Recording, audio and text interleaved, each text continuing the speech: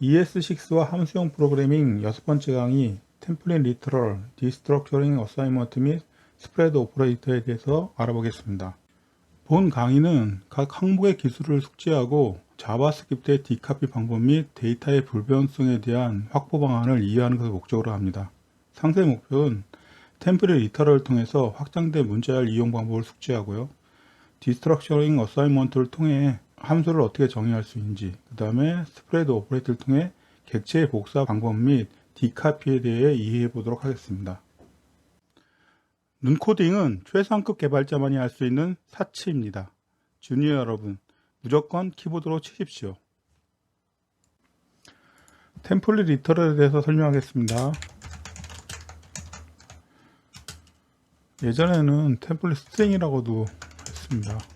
첫 번째 기능은 문자열에 변수를 넣는 기능입니다. 보관 기능이고, 정확히는 변수를 넣는 게 아니라 스크립트하고 문자열을 섞는 거죠. const name equal 실물 코딩 하고요. 이걸 가지고 헬로우를 만들면 예전에는 한 칸 띄고 name하고 님 이렇게 붙었죠.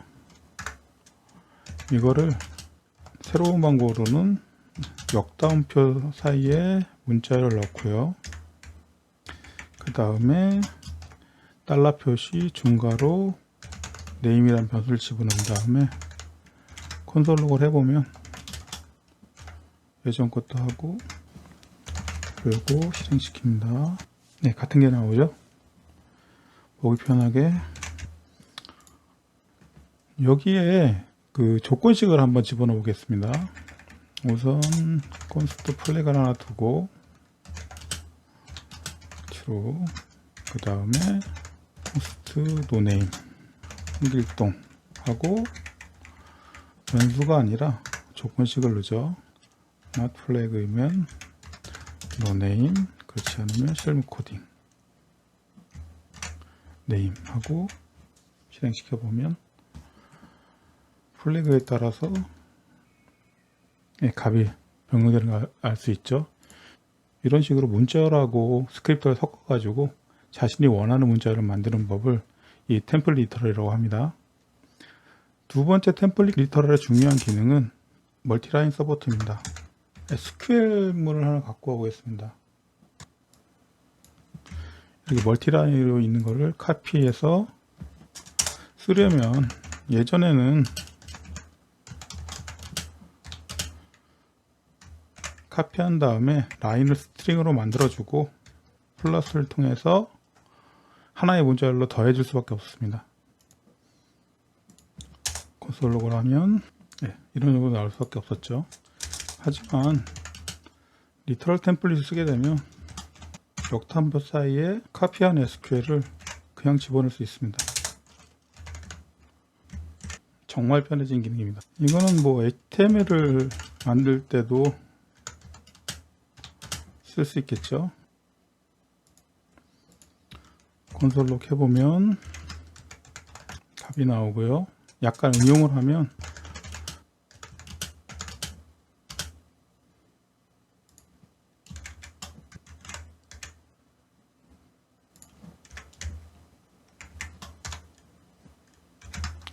콘솔 로그 make html 실무 코딩 그리고 make html 홍길동 실무 코딩 홍길동이 디스플레이 됩니다. jQuery에 템플릿 라이브러리를 쓸 필요가 없죠. 그리고 마지막 설명드릴 것이 태그 템플릿인데 드문드로 작업하시다 보면 뭐 이런 게 있을 겁니다. 예를 들어서 const 뭐 쿼리에서 GraphQL이라고 템플릿을 한 다음에 뭐 임의의 GraphQL 뭐 쿼리 이런 형태로 이제 뭐 하는 것들이 있는데 그 리터럴 템플릿의 앞에 이런 임의의 커스터마이징한 태그를 붙여가지고 내가 원하는 어떤 특정한 양식을 만들 수가 있습니다. 근데 이제 만드는 방법은 그 이 과정을 넘어서는 것 같기 때문에 여기까지 템플릿 리터럴에 대해서 설명하겠습니다. 관심이 있으신 분은 다른 자료를 참조해 주시기 바랍니다. 오브젝트 리터럴에 대해서 설명하겠습니다. 에러날 것 좀 막고 터미널도 좀 지우고요. 객체를 만드는 법은 강의를 했죠. 오브젝트하고 네임, 코딩, 테스트를 위해서 테크니크, JS, 스크립트, 리액트, 게스비 이런 게 있고 펑션을 하나 만들겠습니다.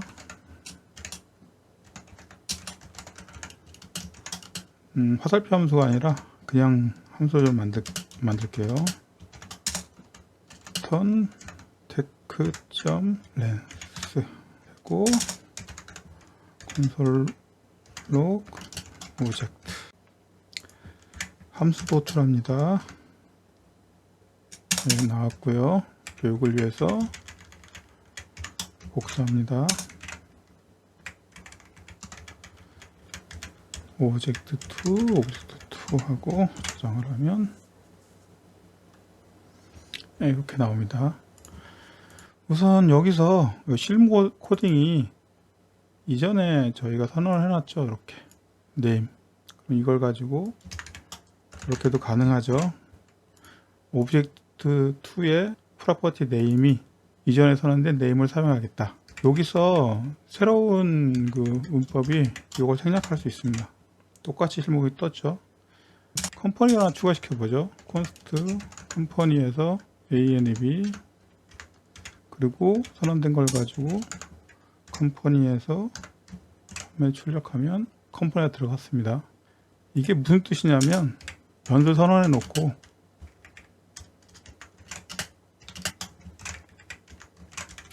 const 오브젝트 3는 네임과 컴퍼니와 테크로 구성을 하겠다. 이런 형태로 개념을 잡을 수 있습니다.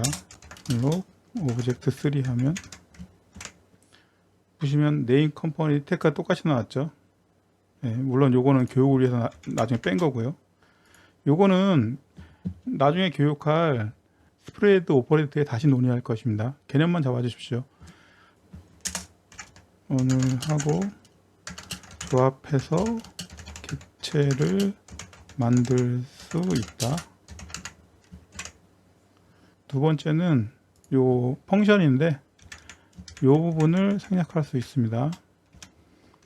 이렇게 하면 현재 여기죠. 겟 카운터 똑같이 들어가고 똑같이 4가 나갔습니다. 저희가 이전 교육에 화살표 함수를 쓰라는 말씀을 드렸죠. 그러니까 쓰려면 getTechCount2에서 오브젝트 2의 테크에 렌스 하면 2의 테크카운트 2 하면 이런 식으로 나오죠. 이게 this가 안 쓰고 오브젝트 2를 쓰는 이유는 저번 강의에 설명드렸습니다. 근데 왜 이걸 이런 형태로 하는 부분이 필요하냐면 게터와 세터를 세팅할 때는 이런 화살표 함수가 아니라 이런 형태로만 사용할 수 있기 때문입니다. 게터와 세터는 화살표 함수를 쓸 수 없습니다.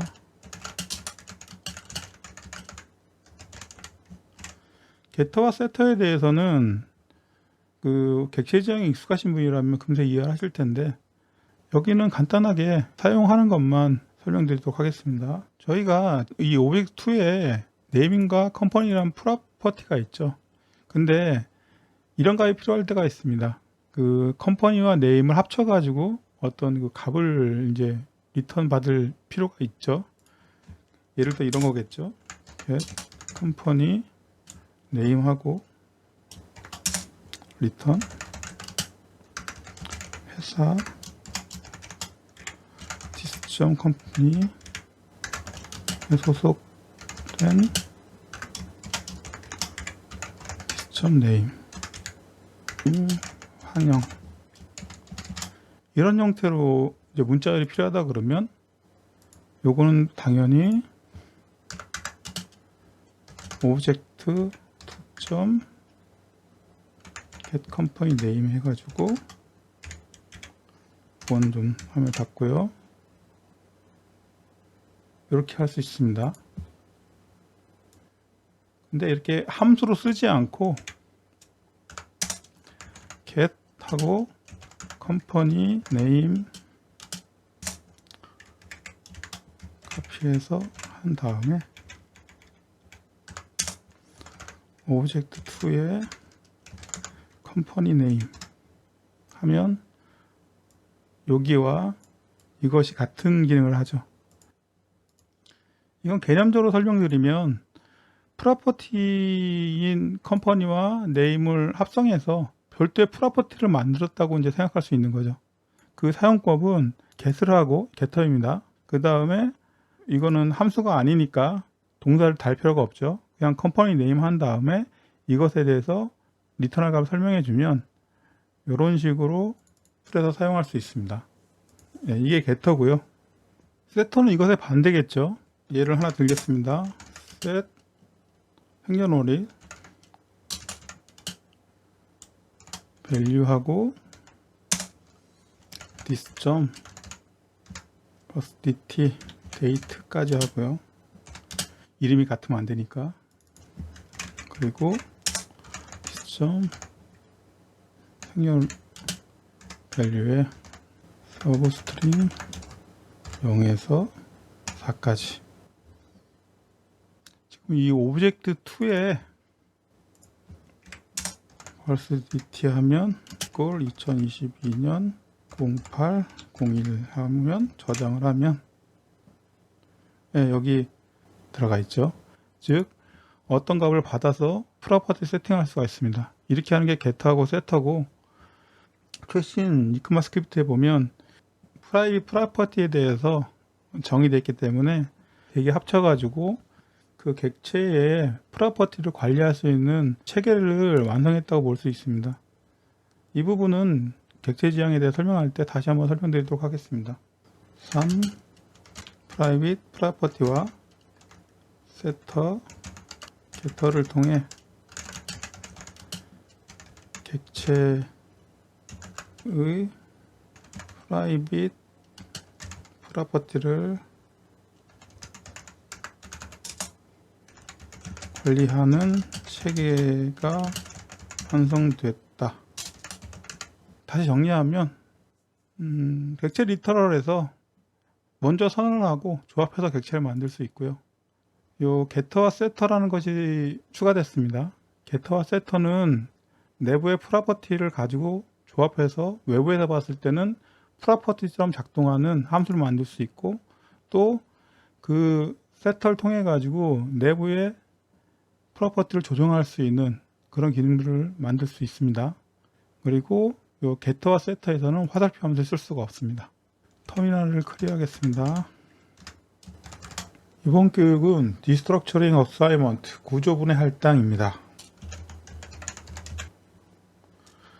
구조분해 할당은 크게 객체와 어레이로 나눌 수 있습니다. 우선 기존 만들어 놓은 객체 가지고 한번 해보죠. const 중괄호 하고 지금 오브젝트2 저희가 계속 했던 오브젝트2입니다. 그 중에서 원하는 거는 count2 하고 그 다음에 컴퍼니 네임부터 먼저 하겠습니다. 이게 뭐냐면 이 객체 중에서 get tech count2란 메서드하고 컴퍼니 네임이랑 프로퍼티 이건 저희 getter 가지고 하는 거죠. 프로퍼티를 갖고 오겠다는 뜻입니다. 콘솔로 컴퍼니 네임하고 get tech count2 하면 정상적으로 뜹니다. 여기에 get tech count가 하나 있었죠. 이걸 한번 실행시켜 보죠. 오류가 떨어집니다. 정확히는 this.tech.length에 오류가 떨어지죠. 이 this를 바인드 해야 된다고 말씀을 드렸는데 오브젝트2를 보면 그냥 this.techLength 하고 있습니다. 이걸 제대로 바인드 하려면 get tech count에 바인드 하고 이 함수가 실행할 위치 정해야 된다고 했죠. 한 다음에 언더바하고 실행을 하면 똑같이 4가 나오죠. 저 강의했던 걸 다시 말씀드리면 기본적으로 이 오브젝트에 있는 get tech count란 함수만 갖고 온 거고 문제는 자바스크립트 디스가 호출되는 상태에서 그 디스가 결정되기 때문에 그냥 카운트를 하게 되면 현재 디스가 선언이 안 된 상태에서 카운트가 실행된 거죠. 그러니까 당연히 디스가 없기 때문에 아까 오류가 난 거고요. 그렇게 갖고 오는 함수를 오브젝트를 기준으로 바인드 시켜 놓으면 그것을 실행시키면 지금 보시는 것처럼 정상적으로 나오는 겁니다. 그 상태에서 getTechCount2하고 getTechCount 언더버하고 차이점이 뭐냐면 getTechCount2는 화살표 함수를 사용했죠. 그래서 이 this를 쓰는 게 아니라 직접 선언된 오브젝트2의 포인터에서 테크를 갖고 와서 랭스를 갖고 왔습니다. 때문에 그냥 호출해도 크게 문제가 없는 거죠. 별도의 바인드가 필요 없이 그냥 호출할 수 있는 겁니다. 저희가 코딩 규칙에 정의한 게 있죠. 함수는 화살표 함수를 먼저 사용하고 화살표 함수를 사용할 수 없을 경우에만 함수나 함수식을 사용합니다. 여기 정해진 이유가 뭐냐면 첫 번째, 선언이 정확해질수록 실행 시 오류가 줄어든다고 제가 말씀을 드렸죠. 오브젝트2를 선언할 때 화살표 함수를 쓰면 실제 사용할 때는 바인드나 이런 부분들이 줄어들고 편하게 이제 사용할 수 있는 환경이 만들어진다는 겁니다. 정리하면 사용법은 아래와 같습니다. 그리고 두 번째, 바인드를 쓰지 않으려면 화살표 함수를 쓰십시오. 세 번째로 이름이 같을 때 알리아스를 적용하면 됩니다. 무슨 얘기냐면 저희는 지금 오브젝트2에서 네임과 컴퍼니를 갖고 오고 싶은 겁니다.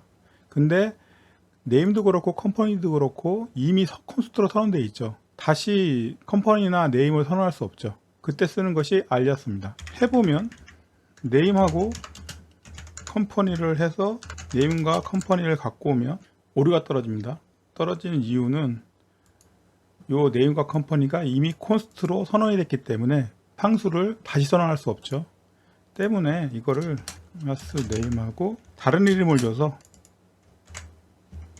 실행을 시키면 보시는 것처럼 실무 코딩하고 ANEB가 디스플레이가 됩니다. 네 번째는 기본 값을 설정할 수 있습니다. 정리를 좀 하고요. 지금 오브젝트2에 나이는 정의가 안 돼 있죠. 그럼 어떻게 될까요? age를 하면 실무 코딩 undefined 나옵니다. 이럴 때 한 살이니까 이렇게 하면 1이 들어오죠. 이런 식으로 디폴트 값을 쓸 수 있습니다. 예전에 제가 교육할 때 크게 실수한 게 한번 있다고 그랬죠. 이게 뭐냐면 내부에서 저희 라이브를 쓸 때 저희 직원이 이 구조분해 할당의 디폴트 값을 이렇게 설정해 갖고 온 겁니다. 근데 제가 그때까지 이게 되는지를 몰랐었거든요. 그러니까 에러가 났으니까 에러를 찾아줘야 되는데 자바스크립트 규칙이 어긋난다고 생각해 가지고 이렇게 쓰지 말라고 이제 해서 넘긴 적이 있었거든요.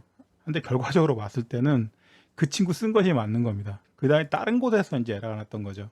근데 제가 직급 있다 보니까 그 친구에 대해서 좀 강하게 푸시를 했죠.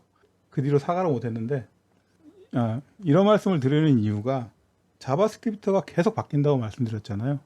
그리고 드문드문 이렇게 숨어 있는 것들이 있기 때문에 언제나 귀를 열어두시라고 말씀드리고 싶어서 그 얘기를 꺼냈습니다. 정리 좀 하고 배열에 대한 구조분해 할당도 설명드리겠습니다. 거의 사용법은 같습니다. const array 선언하고요. 1, 5, 그 다음에 객체를 하나 선언하겠습니다. 프로퍼티가 10이고 getName에서 화살표 함수로 실무 코딩 하는 객체를 선언합니다. 객체는 이렇게 중괄호를 썼죠. 어레이는 대괄호를 써서 선언하기 때문에 똑같이 읽을 때도 대괄호로 읽고 A, B, 어레이, 오브젝트 콘솔로 하면 이런 식으로 나타납니다. 객체를 선언할 때 중괄호를 쓰죠. 때문에 구조분해 할당할 때도 중괄호를 쓰고요. 어레이는 대괄호를 쓰죠. 그래서 대괄호를 써서 구조분해 할당을 합니다. 이게 어레이 기본 사용법이고요. 그리고 다시 한번 어레이 오브젝트를 구조분해 할당을 해보죠. P와 getName을 갖고 와서 P와 getName을 실행합니다. 그러면 똑같죠. 1호하고 객체하고 그 다음에 실행된 10하고 실무 코딩이 디스플레이 됐습니다. 여기서 6번째, 중첩해서 객체가 있을 때 구조분해 할당 방법에 대해 설명드리겠습니다.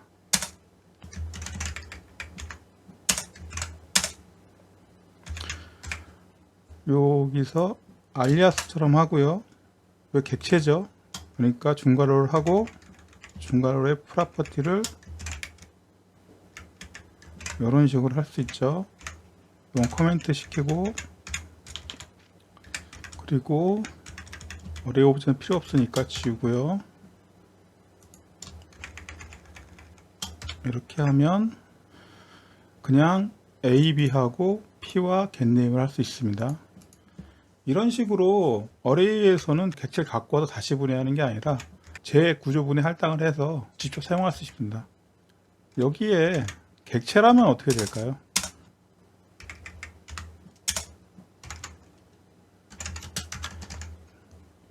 객체라는 내부에서 선언해 보죠. 정리를 좀 하고, 오브젝트 P는 뭐 2000, 펑션은 콘솔로 코딩. 이렇게 하면 이게 하나의 객체죠. 객체 안에 객체가 있는 겁니다.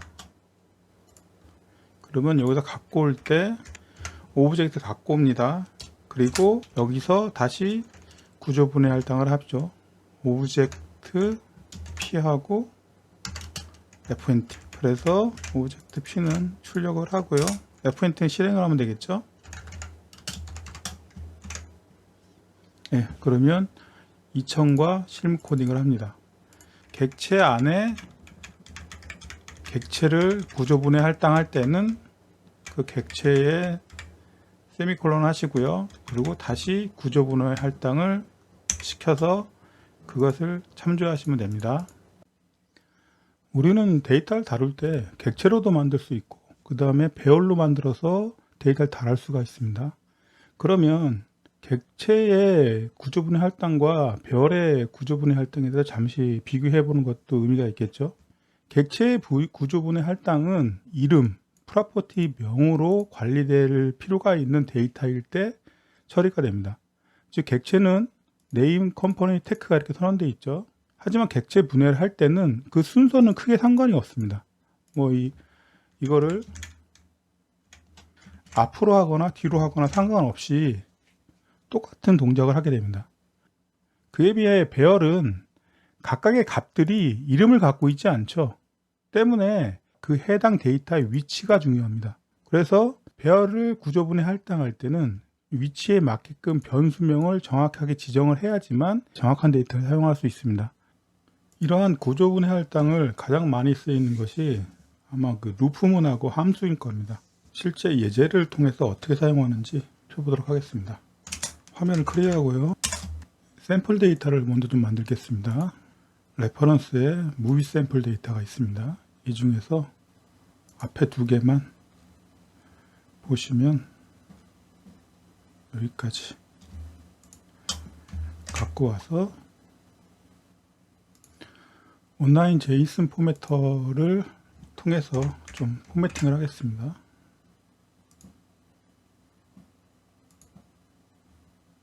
자료를 만듭니다. 콘솔 로그. 네, 현재 지금 자료 두 가지가 디스플레이 됐습니다. 보통 포르풀은 이렇게 쓰죠. i 이퀄 0부터 i는 무비스의 랭스 이렇게 한 다음에, 예전에는 어떤 형태로 썼냐면 이거를 하나씩 이퀄 무비스의 점 무비cd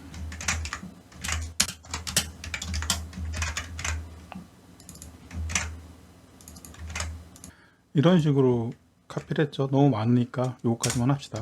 이렇게 데이터를 갖고 온 다음에 필요한 만큼 썼죠. 화면에 이런 형태로 디스플레이 하면 될 겁니다. 무비cd하고 이름하고 오픈dt 전 헤딩 걸 지우고, 네, 이런 식으로 데이터가 나왔죠. 이 부분을 구조분해 할당으로 처리하면 콘스트 중괄호 하고 쓰는 것만 갖고 오겠습니다. cd name ndt 콘솔러 실행을 하면 네, 똑같은 데이터가 나오죠. 이런 식으로 간략하게 쓸 수 있습니다. 이 부분을 좀 개념적으로 파악을 합시다. 무비 데이터는 여러 가지 데이터로 구성되어 있죠. 그런 데이터가 있는 겁니다. 그런 데이터 중에서 저희는 무비 cd, 무비 name, 오픈 dt라는 데이터만 갖고 와서 그걸 가지고 어떤 핸들링을 하는 거죠. 즉 데이터는 있고 그 다음에 거기서 우리가 필요한 프로퍼티만 갖고 와 가지고 원하는 작업을 한다는 게 이런 개념입니다. 이거를 한 발 더 나가면 펑션으로 만들 수 있겠죠. const display movie 하면 이꼴 무비를 갖고 와서 복사해서 작업을 하면 되죠. 요거는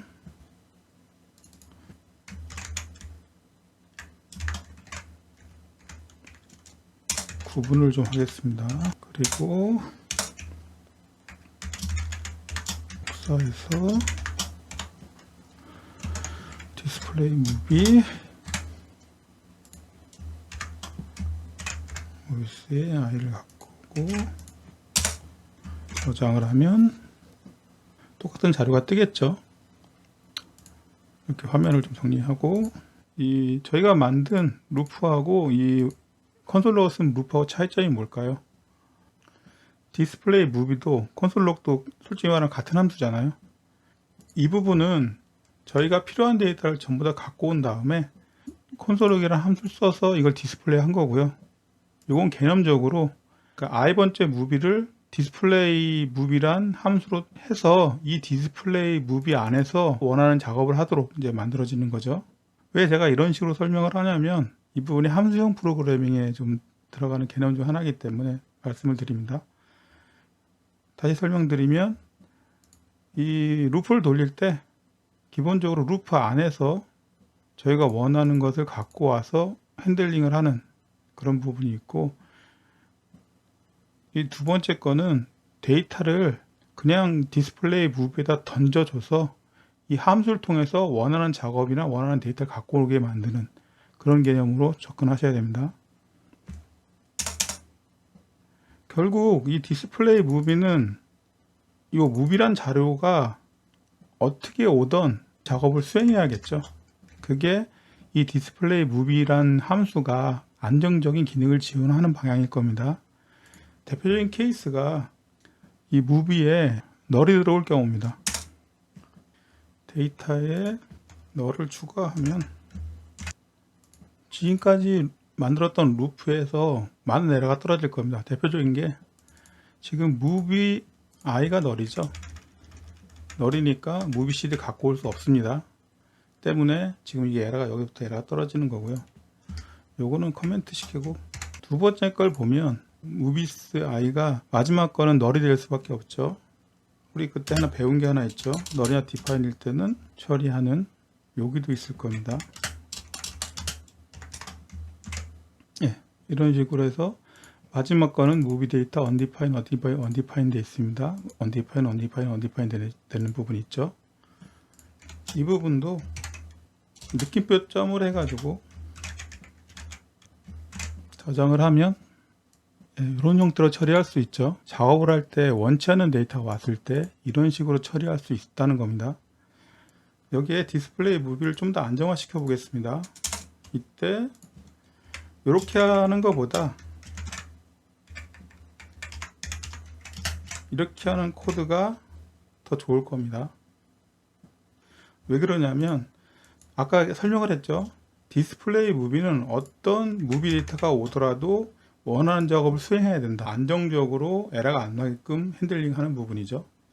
이런 식으로 함수를 보다 안정적인 환경에서 작업하게 만드는 게 좋은 코딩 스타일입니다. 다음에 논의할 항목은 축약입니다.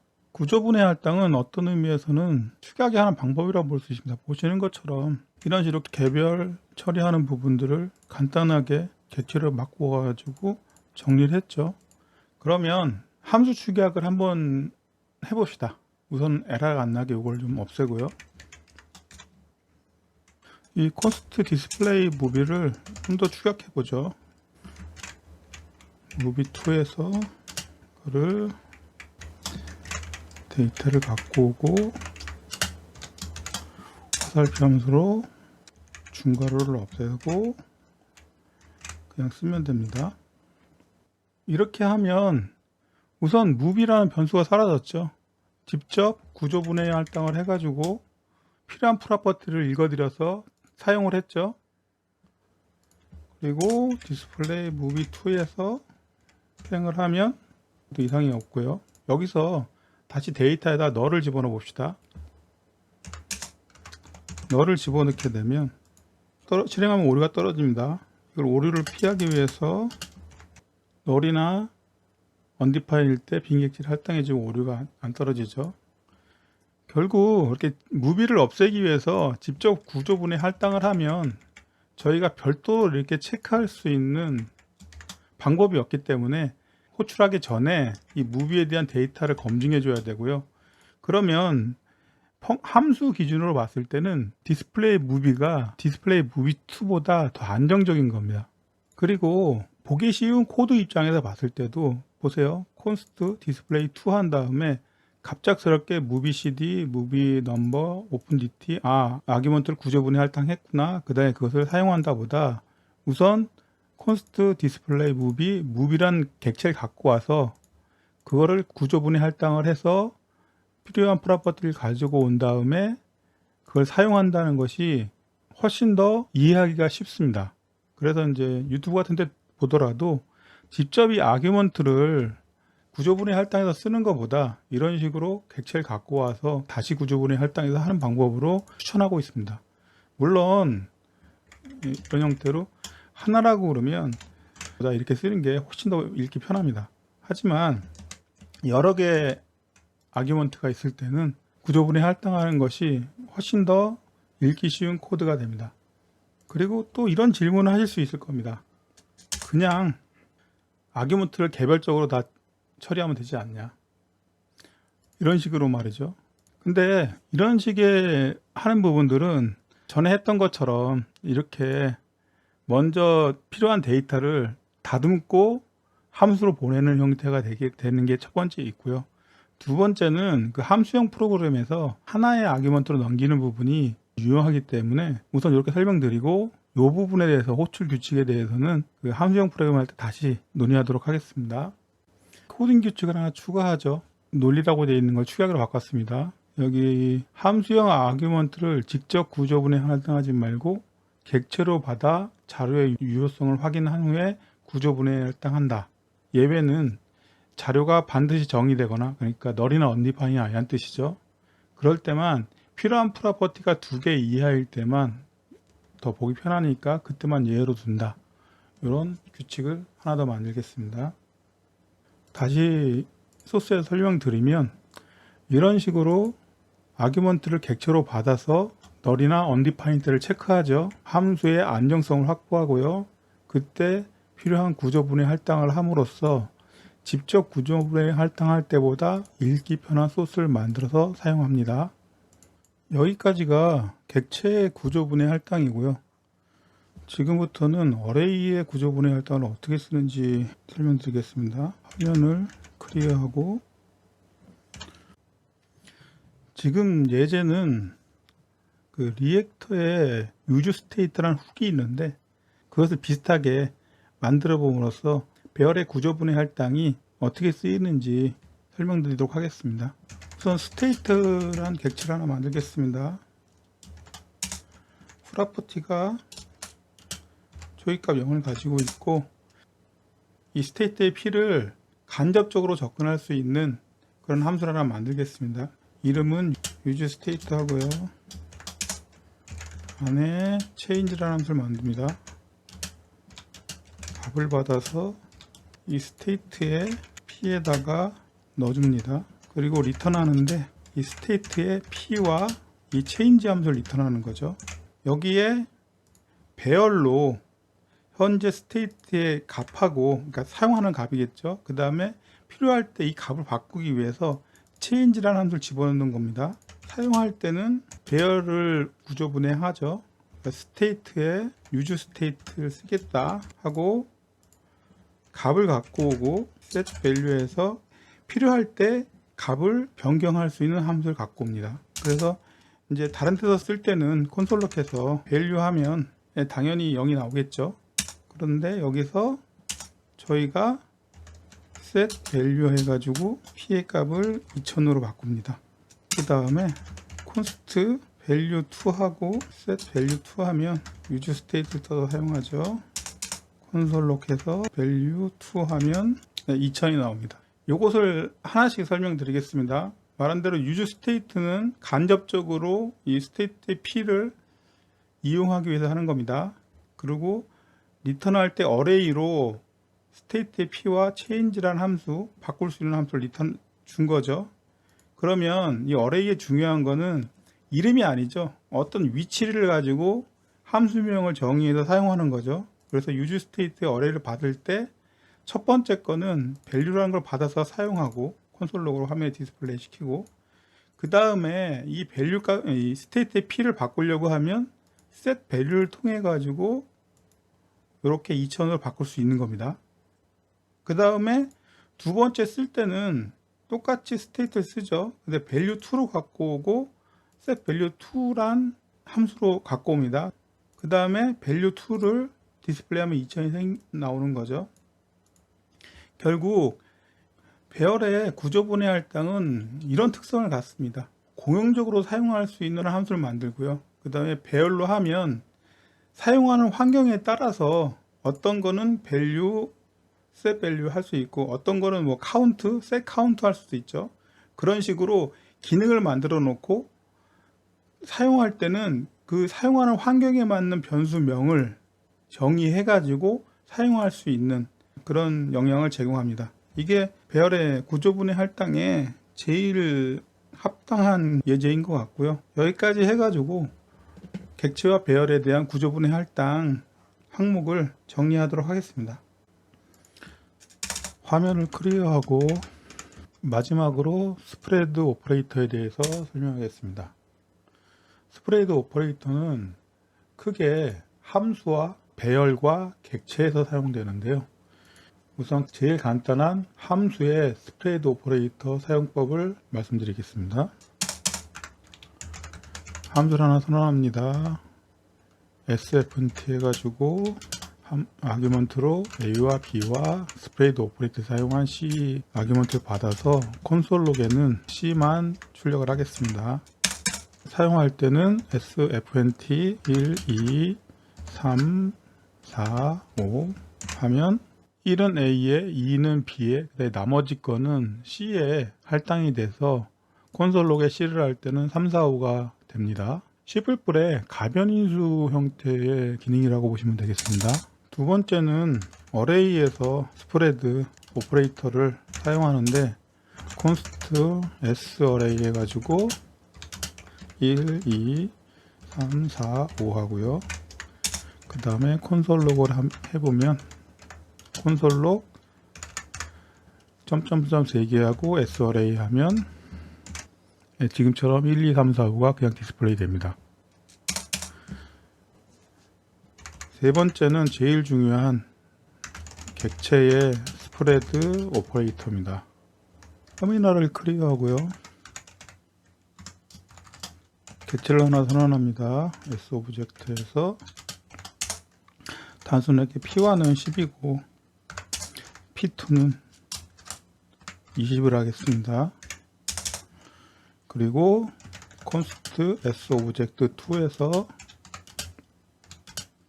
이거는 객체인데 스프레드 오퍼레이터에서 sObject 하면 콘솔 록 sObject와 sObject2를 출력하면 값이 같게 나오죠. 객체 스프레드 오퍼레이터는 결국 객체를 복사한다는 개념으로 생각하시면 됩니다.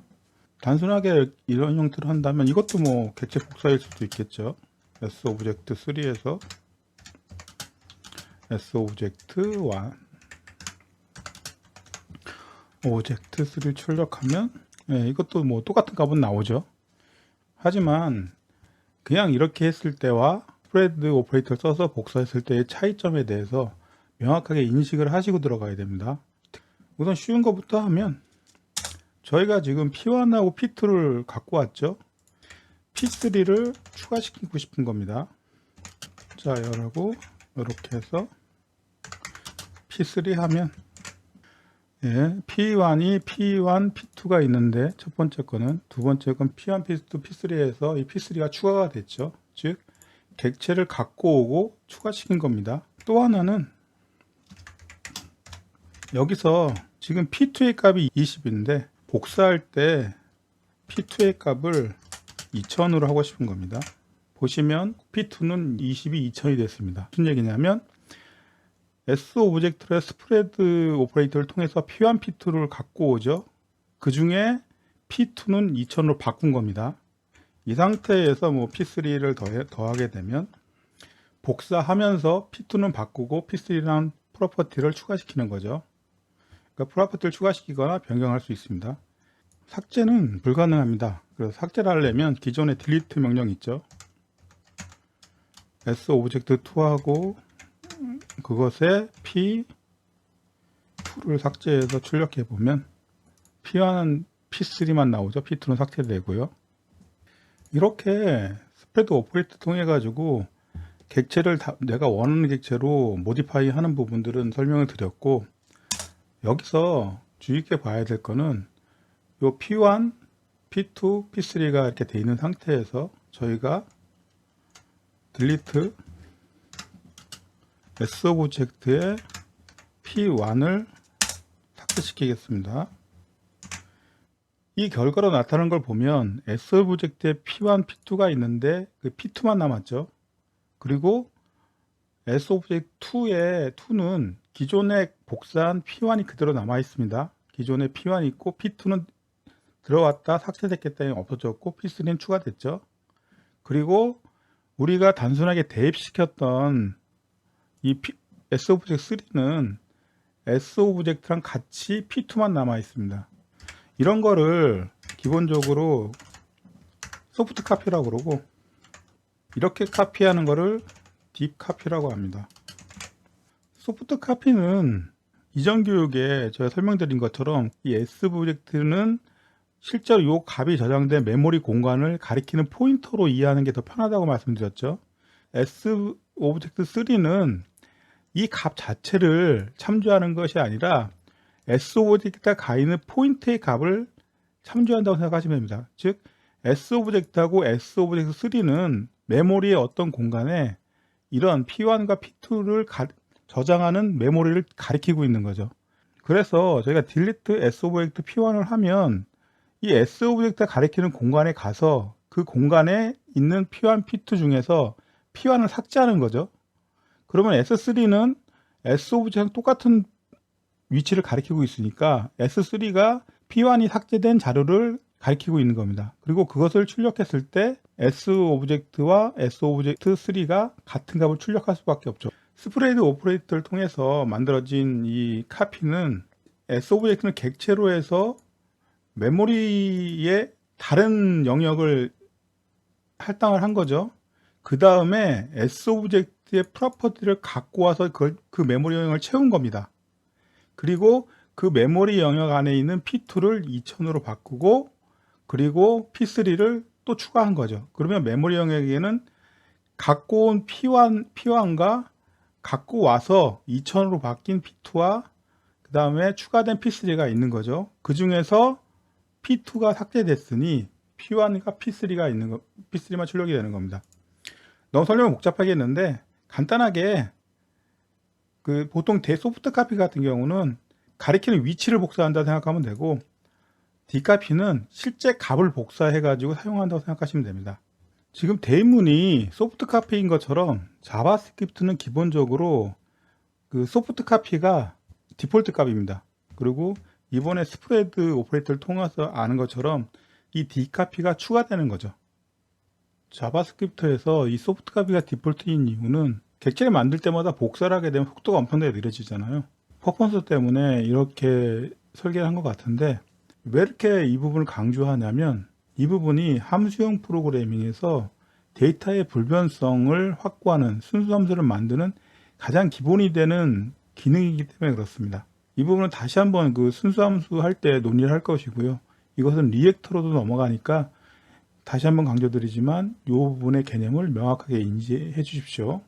그리고 마지막으로 소프트 카피가 왜 문제가 발생되는지 샘플 하나 보여드리고 이 교육을 마치도록 하겠습니다. 지금 작업했던 거를 코멘트 시키고 S오브젝트만 남깁니다.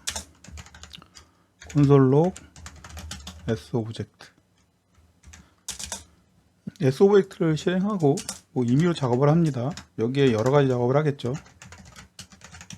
그리고 작업 중 하나가 비동기로 돌아간다고 생각합시다. 셋 타임아웃을 통해 가지고 3초 후에 무엇인가 실행한다고 이제 가정을 하고요. 그때 이 P2가 20일 때만 정상적으로 작동을 한다는 프로그램을 짭니다. const P2 S오브젝트 하고요. P2가 not 20이면 오류가 나겠죠. 그리고 20일 땐 정상 작동을 하고요. 이렇게 해 놓은 다음에 또 작업을 하다가 P2를 30으로 바꾼 겁니다. 그 다음에 콘솔 록을 찍으면 요것도 내부적으로 하나 더 만들죠. 요거는 비동기 안에서 실행 S오브젝트 해서 실행을 하면 처음에 실행을 하고 여러가지 작업하고 그 다음에 비동기를 해서 작업을 합니다. 그리고 P2가 30으로 바뀐 게 나오고 비동기가 실행되니까 오류가 나겠죠.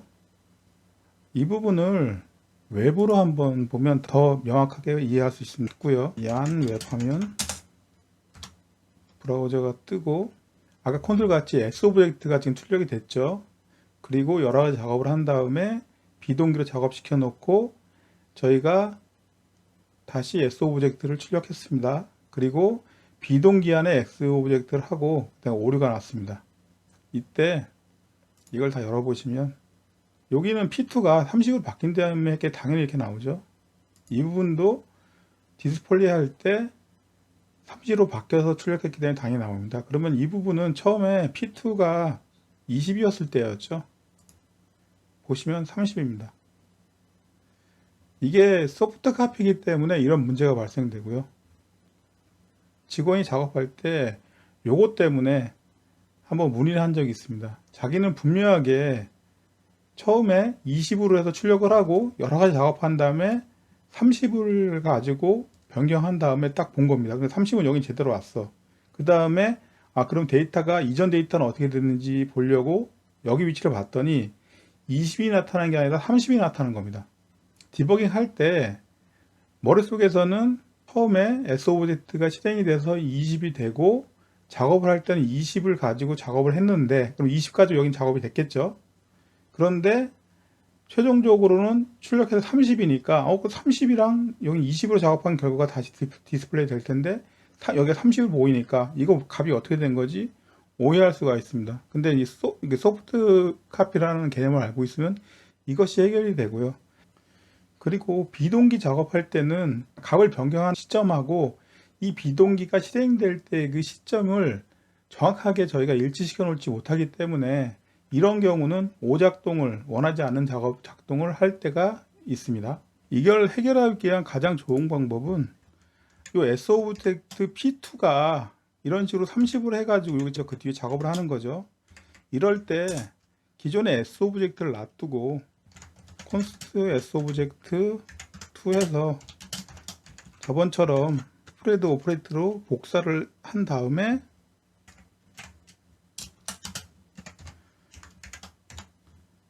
값을 변경하고 이 뒤에는 sObject2를 하는 거죠.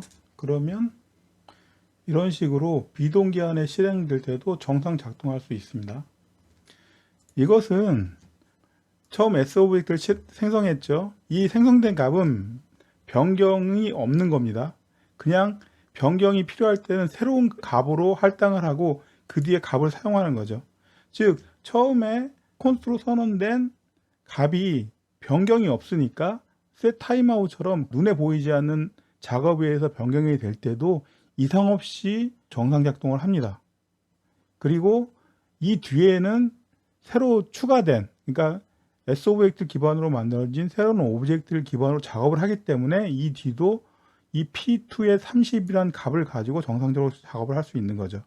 즉 소프트 카피를 하면 이런 식으로 불안한 요소가 있는데 딥 카피를 하게 되면 처음 생성된 값을 변경시키지 않고 그대로 유지하기 때문에 데이터의 불변성이 확보가 되고 원하는 수준의 작업이 정상적으로 이루어지는 겁니다.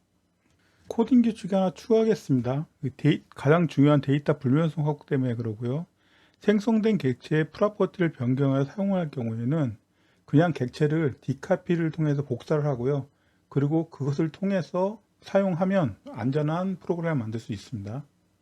다시 한번 강조하지만 이 부분은 아주 중요하기 때문에 함수형 프로그래밍의 순수 함수 때 다시 한번 논의하도록 하겠습니다.